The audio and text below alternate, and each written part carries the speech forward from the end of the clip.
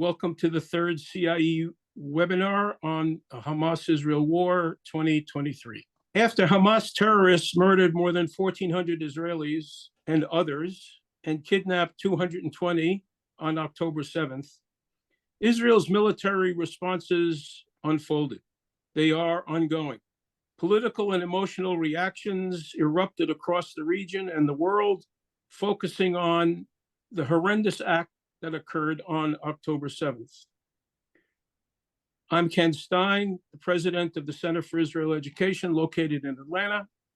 Please visit our website, israeled.org, for ongoing information about this war and Israel's history and politics. Our center seeks to achieve learning objectives, to provide reliable and timely information, but always in context, about Israel, its people, its international relations, and its contemporary issues. Please contribute to our work. We are, of course, in a very fluid, dynamic, and prolonged observation of events. Last time we focused on the US-Israeli relationship, Islamic ideology, and the pathology of Hamas, the regional response to October 7th. In the last week, 4 of the 220 kidnapped hostages were released, while Israel held back for a time from what is anticipated to be a ground assault into Gaza to remove Hamas as a military force. Today, our guests will delve into the motivations of Iran, the source or catalyst of the ideology that has spread across the region since 1979, the workings of Hamas and its relationship with Iran, the responses of Egypt, particularly since it shares a border with the Gaza Strip, and we're going to try and get a glimpse of the Israeli public as it's engaged in moving about geographically to save zones and responding to the call to help from fellow citizens. What we realized over the last week is countries in the region have to make difficult choices. They have to choose sometimes between the lesser of two evils. Their objectives remain to stay in power, to stay connected with their people, to ride out the wave of animosity and anger or praise.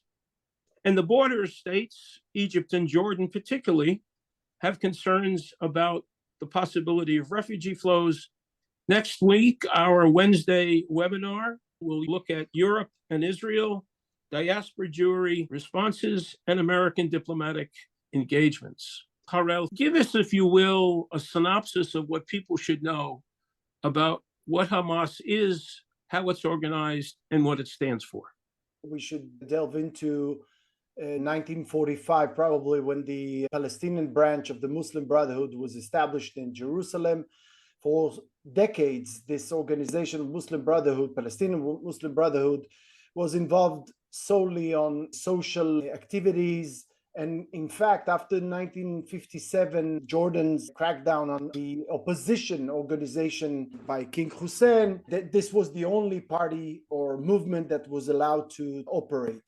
In the 80s, we could already see at the beginning of the 80s a growing involvement of the Muslim Brotherhood in the political arena. They were clashing with other organizations, particularly Fatah and other leftist organizations in the universities, including throwing lecturers from the roof in Najaf University and so on. It's a pre-sign for what will happen later on by the end of the 80s, 1987, with the outbreak of the First Intifada, and then with the establishment of Hamas by Sheikh Ahmed Yassin.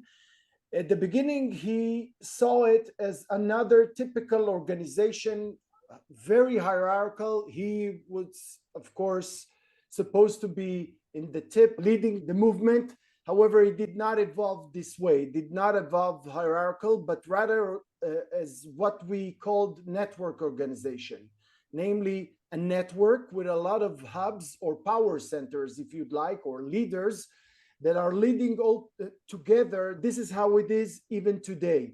Hamas is not a hierarchy. This is important to know. You may find online, for example, all kinds of graphs describing it, the military wing and the political wing and the Dawa wing. Dawa, it's the civil activity or civil operation of the movement. All of them might be portrayed as part of a hierarchical movement, and it's not. And it's really important to understand this about Hamas, because Hamas is a network of many centers, and this is what gives it a resilience, and we call it redundancy, against both Israeli attacks and, at the beginning at least, Palestinian Authority attacks on its organization. I think the next point in time that we need to refer is, of course, the 2005 Israeli disengagement from the Gaza Strip. And then a year later, the internal parliamentary elections within the Palestinian territories, where Hamas actually won the elections. Dominated Palestinian Authority didn't intend to actually give the power to Hamas. They shared it somehow, but in 2007, namely another year later, Hamas took over brutally the Gaza Strip. And ever since, Hamas is controlling the Gaza Strip as a quasi-state. The way the organization is actually constructed, as I said, allows it a lot of flexibility and resilience against the attacks from the outside and other advantages. Studying this movement for quite a long time, particularly their online activity, the way they framed the discourse in the Palestinian online arena. I was asking myself first, because I was so shocked about what happened in that Black Saturday, was this genocide an accident, all right, or something that we could predict if we, looked at it even closer and more seriously, I would say. Not seriously in the meaning, of course, that we overlooked science, but really internalizing what we saw. Because we all know, as researchers, there is a huge difference between knowing and internalizing, a huge one. We know about the atrocities of Hamas during that Saturday, but until you see it in your eyes, you actually don't internalize it. That's exactly my experience. So I think this genocide, in retrospect, again, was predicted. The dehumanization process that Hamas executed for many years, particularly online, was there, absolutely there. It included any anti-Semitic trope, any encouragement that you may think of dehumanizing Jews and Israelis as something which is close to cockroaches. And the examples are numerous. It was there. The way they treated all Israelis, even in their terminology. I'm not talking even about their Stiermer kind of caricatures, portraying the Jews as subhumans. I'm talking even about their terminology. They called all the Israelis settlers, mustawtanin. If you're a settler, obviously you're not legit, wherever you live in Israel. Tel Aviv was mustawtana Tel Aviv, was the settlement of Tel Aviv. Haifa was Haifa el-Muhtila, the occupied Haifa. So it was there, combining both Islamic jihadi notions with strong national ideas. So I'll address the end game of Hamas here. I think, and it gets stronger as time goes by, that their end game was not rational in a typical Western perspective. It was rational in jihadi perspective. Their end game is rational in jihadi perspective. Namely, they won't win us now, but they will take another brick from that wall that it's called Israel, and eventually this wall will collapse. They will break our spirit, or this is what they strive to. This is a very typical, I would say even naive agenda which we recognize from other movements, including ISIS and Al-Qaeda. I don't think they really believe that the United States will collapse after the vicious attack of 9/11. However, they did it because they work according to a different rationale, which is very similar to what we see for Hamas. What is it in the ideology of the Shia in Iran that gives them this imperative to be vehemently anti-Western, anti-Israeli, anti-US? The revolution was not about anything else but social justice and political justice, to provide people with freedom and bread. And these two accounts, this revolution has failed. There is no greater freedom in Iran today that used to be under the Shah, and he was not a Democrat. Under the Shah, to speak against the regime was a crime. Today, to speak against the regime is a sin. I don't know which one of them is better. For the poor people for whom this revolution came, the life today in Iran is not better economically and socially. The revolution was element in it of exporting itself, and that's what they are basically following and doing. Iran, its complex country, is a country with a history of 3,000 years or so. Iranian identity is based on two layers. One is imperial, Persian, Iranian, national, going back to the days of Cyrus the Great. And one is religious, could be Zoroastrian or Islamic or Shiite. To these two layers, a third one was added in the last 200 years, is Western civilization. And people are somehow amazed. They say that there is Western influence. Yes. You cannot understand this revolution without looking at the influence of the West. They call it Islamic Republic. Islamic Republic is not a Shiite or Zoroastrian principle. Their education follows Western pattern education. Now, to formulate policy, they have to maneuver between these three layers of identity, and they often enough find that ideology clash with interest. In most cases, that ideology would clash with interest usually wins. Ayatollah Khomeini said, in the sake of maslaha, the interest, it is allowed to destroy a mosque and not to pray and not to practice all the Islamic laws. Can you take us over the last 50 years and take us down to this toxic ideology that it exports as part of its foreign policy? One point before it, and today when I speak about interest, the main question in Iran is whose interest? Are they following the interest of Islam, the interest of the revolution, the interest of the ruling elite? I would say they are going to the interest of the supreme leader, and he dictates today the policy. And his ideology is very extreme, and when it comes to the region, their vision is that they are the center of the universe. Iran viewed itself as the center of the universe, the ideology and the country that has to dominate the entire Middle East, but they are very careful not to shed their own blood. When Iranian soldiers were sent to Syria to help Bashar al-Assad, and they were killed, they were buried in Iran at night, not to anger the people. And then they found a formula of proxies. They will fight for us. It's easier, it's cheaper to pay Afghan children, some of them are 13, 14 years old, to go and establish bases for Iran. It started with Hezbollah in the early 80s. It continued with Hamas. It continued with Iraq, and it continued with the Houthis in Yemen. In doing so, they actually benefited from the policy or lack of policy of the West. The best services done to Iranian national interest was made by the United States of America.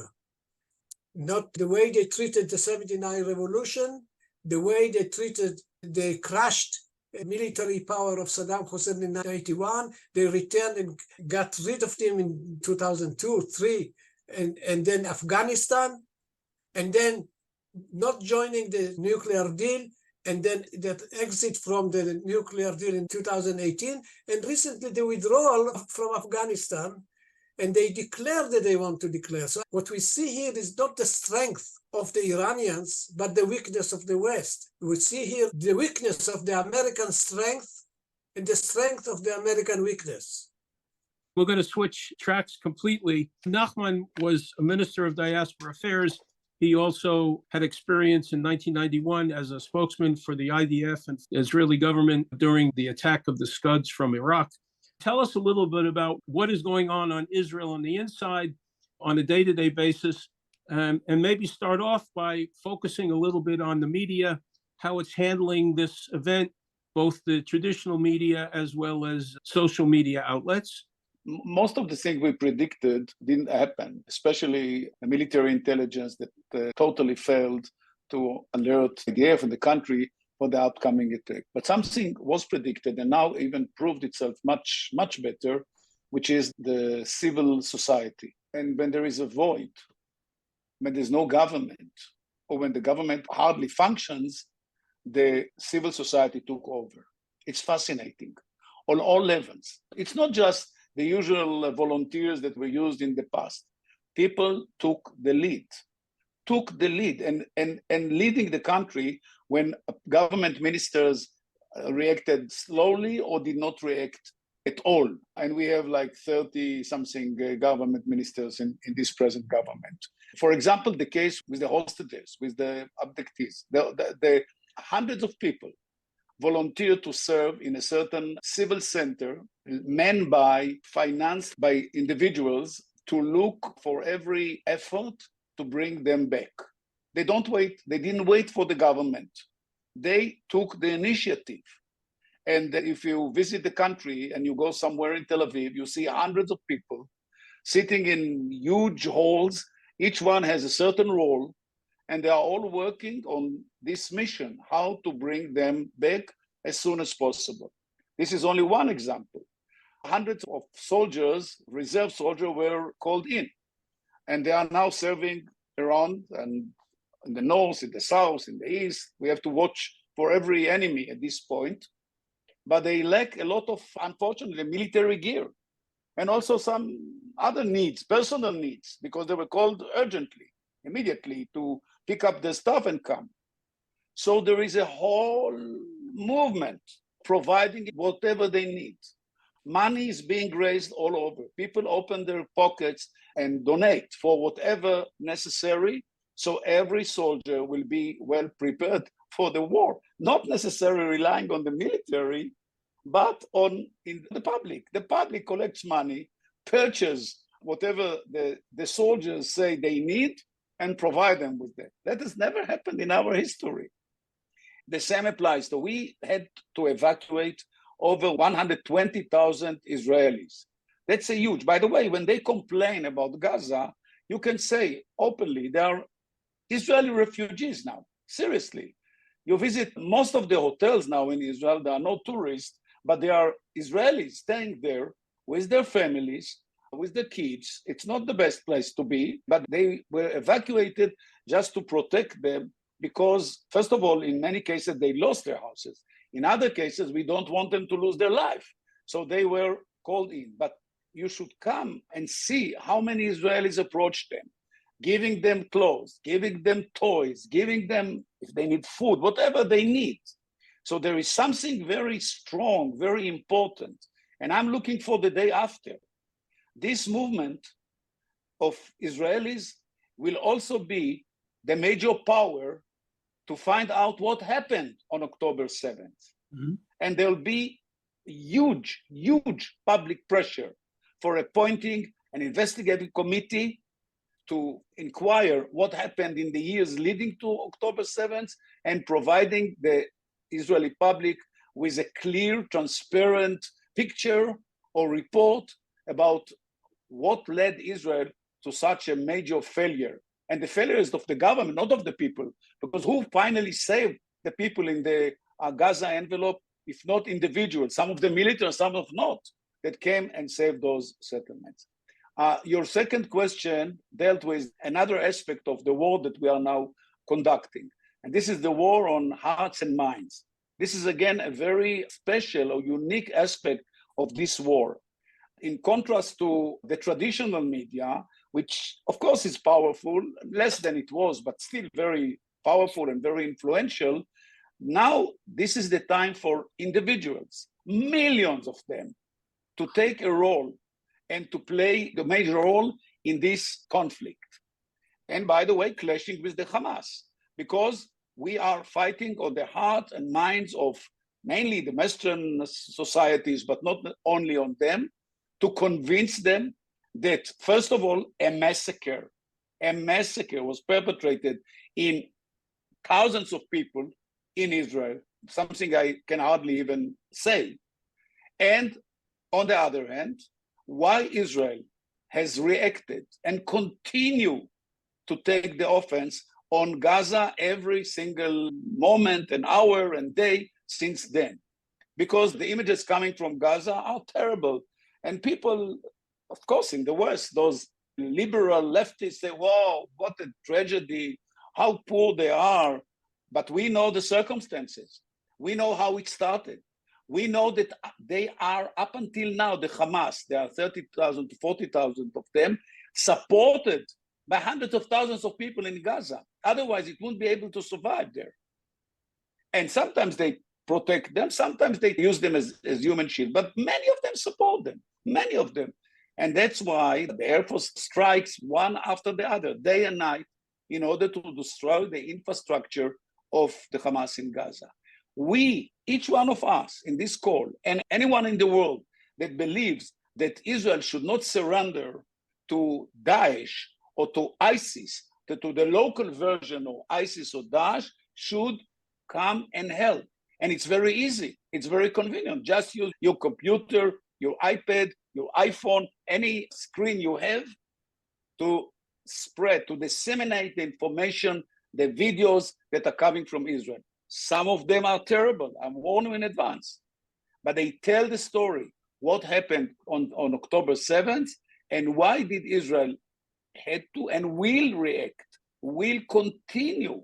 And I should tell you all, we are fully committed. I don't have to say that to my Israeli colleagues here, but I would like you, all the non-Israelis on this call, to know we are committed for the safety and the security of the people of Israel. And we'll do our best to provide them with what is the commitment, is the contract between the government and the people. The government is supposed to provide the people of Israel everywhere in the country, everywhere, with full security and safety. And that's what we are doing now.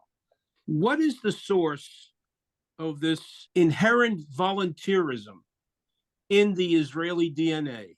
In a way, it's very Jewish. But by the way, Arabs are taking also a part in this, not only for Jews, because some of the victims of this horrific attack on October 7th were Arabs. Scores of Arabs were killed, Bedouins and others were killed as well. Israelis are divided and polarized on many issues in the days between wars. But when it comes to a war, we stand together. As I said before, it's very Jewish. It's us. We understand now that the circumstances call for such unity. We cannot afford fighting with each other. That's a luxury in this stage. And all the people, all the senior officers, all the officers in general, all the pilots and others that were protesting for weeks and months before the war, all of them and many more that flew in from abroad are now serving in their own military units, either in the Air Force, intelligence, other special units. They are all in. And by the way, the number of those who come to serve is much higher than necessary. They report about 120, 130% of civilians who came and wore uniform and joined in, even if they are not really needed at this stage. They say, we are not going anywhere. We would like to serve the country. We would like to protect the country, because the massacre of October 7 will be remembered for generations in Jewish history, for generations. This is a date that you have to remember. Remember the day the Yom Kippur broke out? It's the day before, 6. And then the 7th October, when Jews were murdered, slaughtered, raped on Israeli soil. That will never repeat. That will never happen again. And we are all committed to make sure that Israel is strong and Israel will be able to defend himself, that such a terrible attack on Israel will never reoccur. Stephen, you've written a lot on Egypt. You've written a lot on Mr. Sisi, the president of Egypt, on the dilemma he faces between wanting to cooperate to alleviate the suffering of Palestinians in Gaza, and yet doesn't necessarily want to open up Gaza to Palestinians coming into Sinai. The bigger question is, what are the variables? What are the elements that work on Sisi's decision-making as he tries to maneuver or navigate between two extremes on being helpful, but then also protecting his national interest? I think when it comes to President Sisi, everywhere he turns is really a third rail for him. The normalization of relations between Israel and Egypt that began with the Camp David Accords and ultimately with the peace treaty in March 1979 has never been popular. Most recent Arab Barometer report on normalization shows 5% of Egyptians support normalization between Israel and other Arab states, which is a kind of baseline what you get how many Egyptians actually support normalization between Israel and Egypt. That contends with the vast reservoir of support for the Palestinian cause. In a number of important ways, Egyptian nationalism and Palestinian nationalism are actually intertwined. So there's that. And to add to the kind of deeply unpopular nature of Israel, the popular nature of the Palestinian cause is Sisi's own declining popularity. No one ever really believed the kind of soaring popularity and state-manufactured popularity when he came to power by a coup in July 2013, but he was more popular than I think many people suspected. 10 years of economic mismanagement has left Egypt the second most indebted country on earth, second only to Ukraine, which is fighting a war for survival. Egyptians are contending with very, very difficult economic times, record inflation, and they're bracing for yet another devaluation of the lira. So you have all of these domestic variables and then this horrific war that is going on his border, a border which I should emphasize and emphasize over and over again, that he has been a full partner with the Israelis in the blockade of the Gaza Strip. And why is that the case? One, he has security concerns. The connection between Hamas and the Sinai province of the Islamic State is something that is real. It's not just something that is notional. Second, on principle, the Egyptians believe that the Gaza Strip is the responsibility of Israel as the occupying power.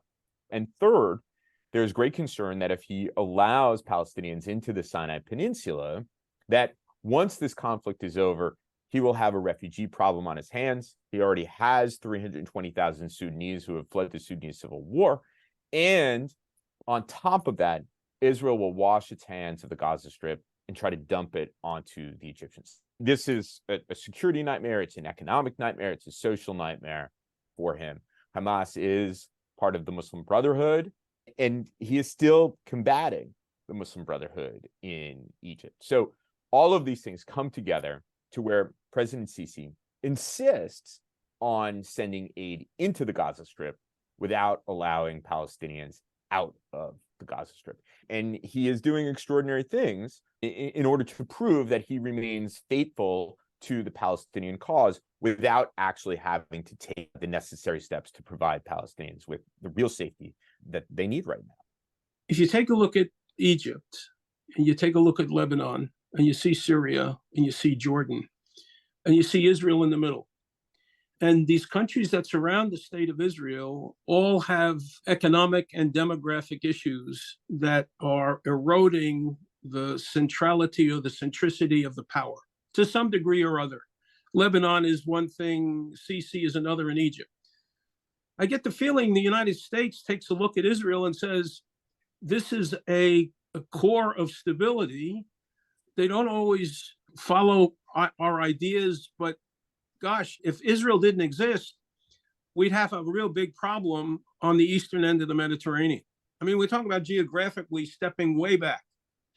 So I guess I can understand a little bit better why the United States has moved its fleets so close, because it has a strategic interest in seeing the stability of this country. Forget Bibi and Biden and the differences and settlements, forget all that. I'm talking about the bigger picture. If what you said earlier, David, is that Iran is interested in using others as proxies to do their bidding. The question then becomes, when does Iran pay for its policy of exporting jihad or unrest? But before I get to it, Harel, how deeply engaged is Iran in Hamas's work? How deep is it, and how far back does it go? Deeply involved. It started through the Palestinian Islamic Jihad, which was from the very beginning Palestinian proxy of Iran. They actually, at least for several years, were the vehicle or the pipeline through Iranian money came to Hamas. Now, during the past decade, because of the crisis in Syria, they took a distance from each other, but in Hamas, there was always the pro-Iran camp that was led by people like Mahmoud Azahar and others that said, listen, we don't have this privilege to take a distance from Iran because nobody will take care of us. But really, Ken, I thought you pointed out a very interesting or important point that I'd like to address. And this is the geopolitical scene here. And why is it so important for President Biden and others that Israel will win? And I would even say crush Hamas totally. And the reason is the reflections, the ramifications of leaving Hamas in its place, namely Hamas win, because according to the resistant axis or the pro or the Iranian axis, if you don't destroy the movement totally, whether it is Hezbollah or Hamas or Islamic Jihad, they won. This is a different perception of what we see as winning. We think about occupying the area, putting our flags on, this is winning. No, they don't define winning as such. They define winning as if I'm still shooting rockets at you while you're above my head and my tunnels, I'm the one who won until you'll destroy me. Now, if Hamas will win, according to this definition, it means that our people won't go back to the south. The West Bank will seriously destabilize because the Hamas will come up victorious in this situation and the Palestinian Authority would collapse. This is exactly why they are telling us, kill them, crush them, in these words. I'm not inventing those words. Under the table, of course. But it's out there. Everybody understands the interest. And then in the second circle, all the regional scene would be shaken. All the pro-Western countries, UAE, Saudi Arabia, Jordan is really in a great danger at the moment. And even Egypt will say, okay, if that's the situation, if Israel is not strong, if it's not the pillar of this area with its American allies and America is not supporting it, maybe we should be more pro-Iranian in our policies. At the end of the day, it goes all the way to the struggle between the US on one side and its allies, of course, and on the other hand, Russia and China, and of course, Iran. David, speak a little bit about the hatred that the Iranian government has cast toward Israel since Khomeini came to power and since the Islamic Republic, and how that's ratcheted up, and then how that become part of their toxic foreign policy. I spoke earlier about this clash between ideology and interest. In one area in which there is no clash, it's the attitude to Israel. In terms of ideology, they are against Israel. Israel is a Jewish state, doesn't have place, doesn't have legitimacy to exist, certainly not where it is now in Israel, of course not with its capital in Jerusalem.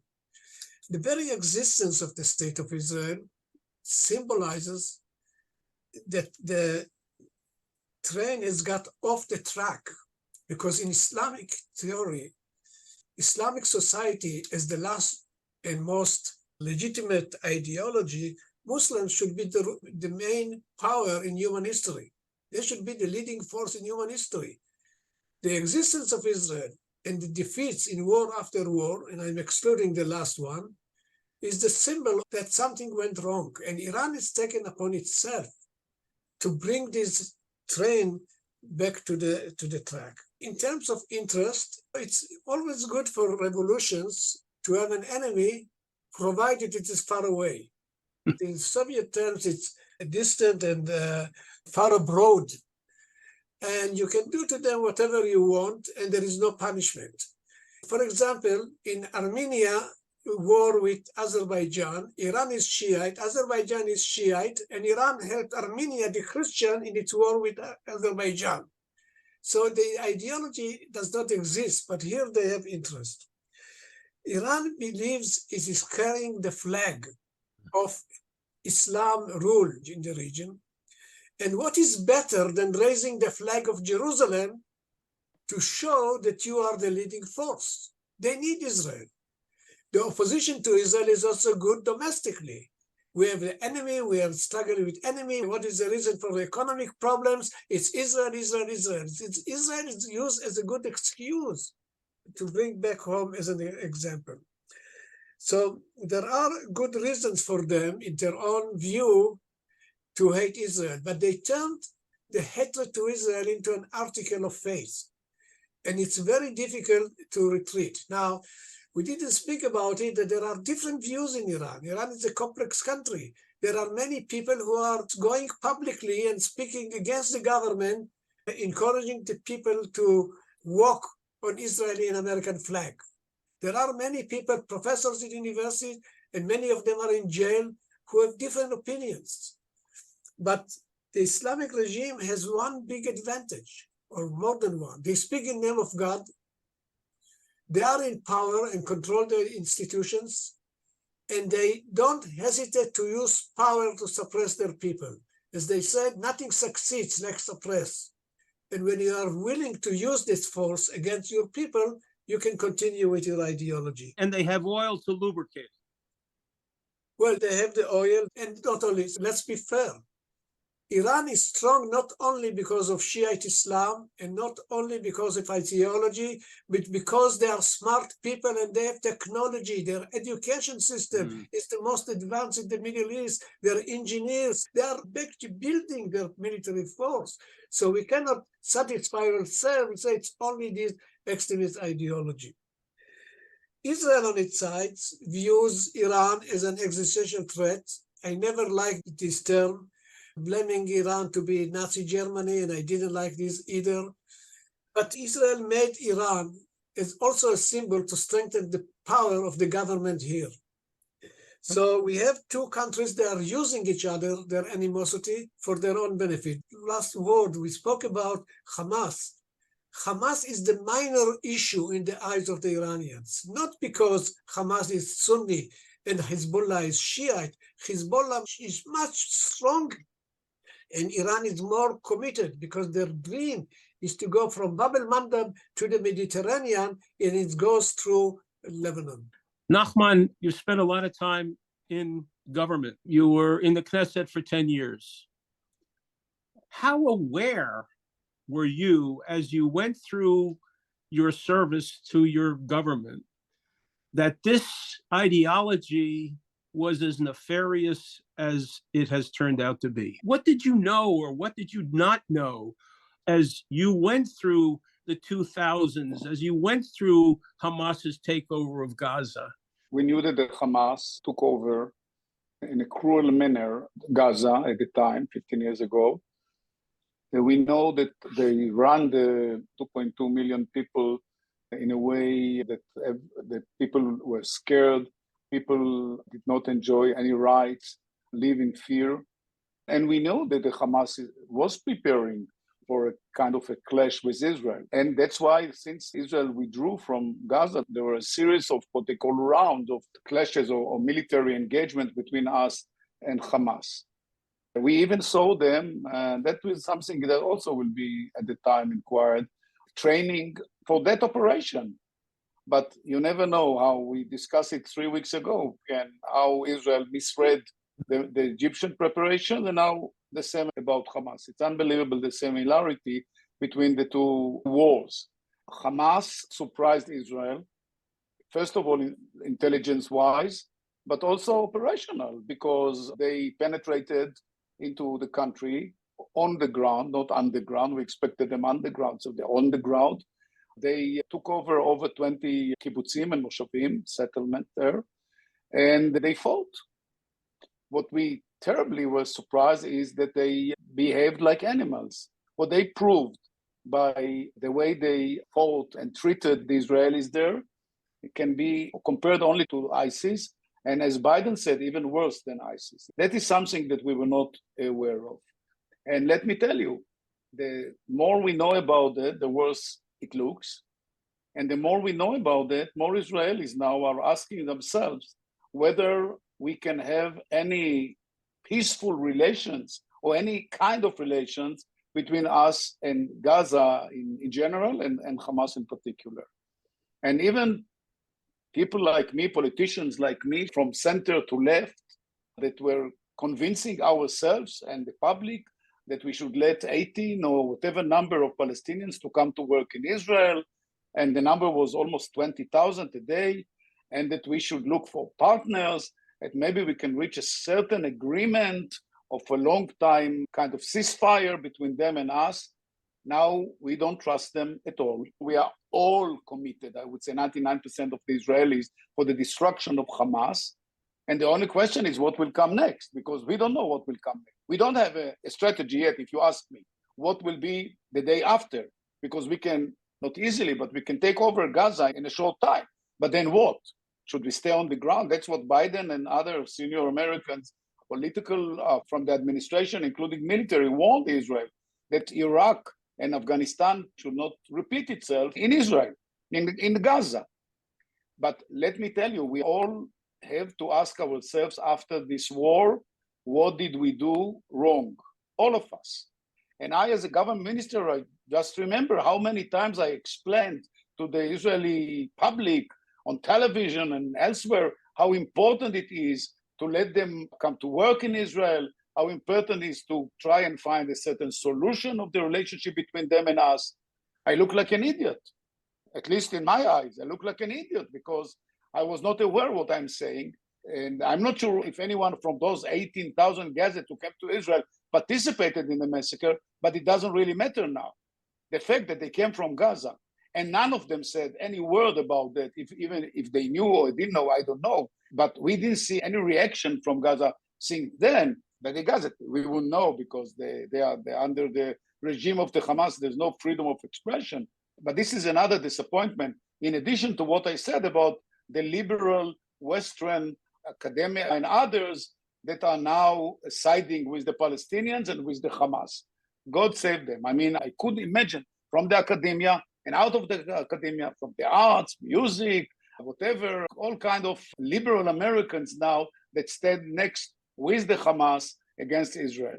Maybe you have an answer why. Well, I don't have an answer, but I'm not going to ask Stephen. I will ask Stephen if he'd like to comment on David and Harel's remarks about Hamas and what drives it. And if you'd like to also comment about the geopolitics of the other regions or the other areas. I know you follow Turkey and Jordan reasonably well. It's moments like this that I'm grateful, with apologies to Ken, that my career went into Washington rather than to be a traditional academic, because someone with more nuanced views who has not lined up with Hamas, as extraordinary as that is, would be at a professional disadvantage if I was at a university. Look, I think that it is clear from the Hamas charter what Hamas's endgame is here. When Mohammed Deif said they were ending the longest occupation in history, he wasn't interested in liberating Gaza and the West Bank. He was interested in liberating all of historic Palestine. And anybody who cares to take a glance even at the amended Hamas charter from 2017 will understand that there is an ideological, a nationalist religious component that is geared towards eliminating Israel as well as Jews. So I think it's abundantly clear what Hamas is up to. And that's why we saw the attacks within Israel and the brutalization of innocent Israelis and the constant drumbeat of dehumanization of Israelis and Jews from Hamas media outlets. It's very unfortunate that any number of media outlets within the United States have come to seemingly rely on Hamas. Now, as far as the region is concerned, I spoke about the bind that Abdel Fattah el-Sisi, the president of Egypt, is in. I think there's a very similar type of situation for the King of Jordan, King Abdullah. Although I will point out that at this so-called Arab Peace Summit held in Cairo over the last weekend, King Abdullah at least implicitly criticized Hamas. He pointed to something called the Pact of Omar from the 15th century that prohibited Muslim fighters from killing women and children and the elderly. At the same time, the Saudis, Prince Turki al-Faisal, the former intelligence chief and ambassador to London and briefly to Washington, did something similar. Now, he doesn't hold an official position, but we know that Prince Turki is often rolled out to say things that the royal court often doesn't want to say publicly. But all of these countries find themselves in a difficult bind because their publics are supportive of the Palestinian cause and are, quite frankly, not supportive of normalization relations with Israel. In the case of President Erdogan, who's over my shoulder here, the Turks see themselves as leaders of not just the Middle East, but of the Muslim world. Erdogan's Justice and Development Party, which is an Islamist party, although it's different from the Muslim Brotherhood, has this kind of unusual relationship with Hamas, where AKP activists and theoreticians see in Hamas the Justice and Development Party. As a result, opposition parties in Turkey have sought to outdo the AKP by expressing support for Hamas and the Palestinian issue. And this has sort of riled up Turkish society. From a regional perspective, what we see is leaders, with perhaps the exception of Erdogan, but others sort of running scared of their publics and trying to thread the needle of maintaining their strategic relations with the United States, their security cooperation with the Israelis, while at the same time placating their publics by allowing mass protests in front of the American embassy or the Israeli embassy, should there be one in those countries. And it is, as I said, extraordinarily politically difficult position for them to be in. The nuclear issue with Iran. This is still a major issue. It's on the agenda of a future webinar. I promise you. I promise you. It seems to me, because Jordan and Egypt and Israel have strong relationships with the United States, and the Saudis and UAE and Bahrain do too, that it's hard to say that the United States has withdrawn its presence from the Middle East. With 2 aircraft carrier groups, we now have physical there as well. My point is, once you're a great power, it's really tough to pull back and go back home, because a lot of people are dependent upon you for support, assistance, nourishment, aid, whatever it is. I'm entirely indebted to the 4 of you for an extraordinary insight into various aspects of this conflict as it's unfolding. And I truly want to thank you, all 4 of you, for giving us of your time. I hope we can call upon you again in the near future. If you are interested in learning more about Hamas and Israel and the war, we have sources on our website, on our homepage. Please come to it. It's free. We want to make people more aware of the complexity and the nuance and the context of Israel and what it's fighting for. Thank you all for joining us. We hope that you will join us again next week, next Wednesday at noon, for another webinar where we'll focus on different aspects of the Hamas-Israel war.